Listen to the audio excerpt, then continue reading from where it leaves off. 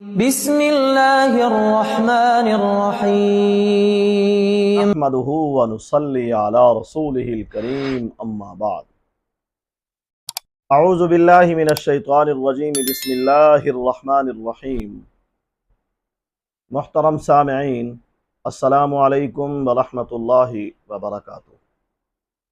سامعین، آج ہم خواب کے اندر بازار دیکھنا اور پھر اس بازار کے اندر مٹکے کو رکھا ہوا کسی دکان پہ دیکھنا، اس کی تعبیر کو بیان کریں گے۔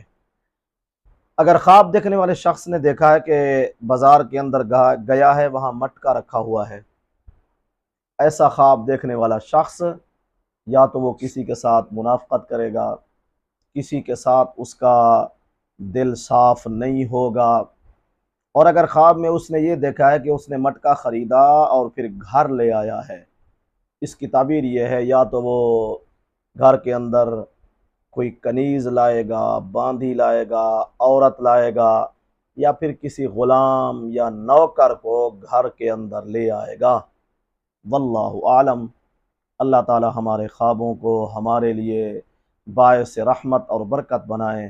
وآخر دعوانا ان الحمد للہ رب العالمین۔